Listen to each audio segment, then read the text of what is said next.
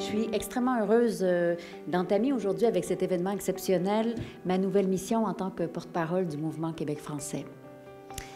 Et oui, c'est vraiment un événement exceptionnel parce que ce qui se passe aujourd'hui, ce qui se passe ici ce matin, c'est au nom de plus de 22 groupes citoyens, agricoles, environnementaux, syndicaux et de défense de la langue française qui s'unissent aujourd'hui pour lancer d'une même voix un cri à l'Office national de l'énergie et à TransCanada. Un cri qui se doit d'être entendu et compris. Speak vert.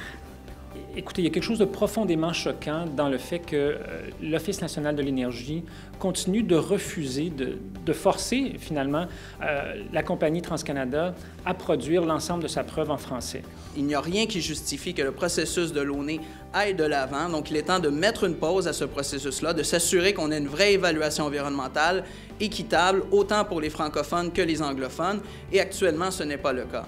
Les droits de l'environnement sont inaliénables, au même titre que les droits des peuples à disposer d'eux-mêmes et de leur territoire et à assurer la vitalité de leur langue et de leur culture. Ces droits sont tous inscrits dans des déclarations internationales, dans des chartes de droits.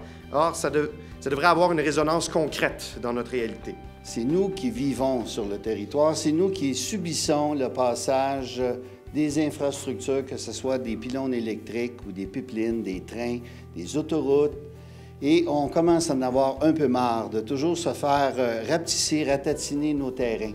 Les agriculteurs sont ceux qui nourrissent la population et on a très peu de considération pour eux autres. Ces gens-là sont inquiets pour leurs sources d'eau potable, pour les cours d'eau qui vont être traversés par le pipeline, devant lequel le pipeline va passer, au-dessus duquel le pipeline va passer.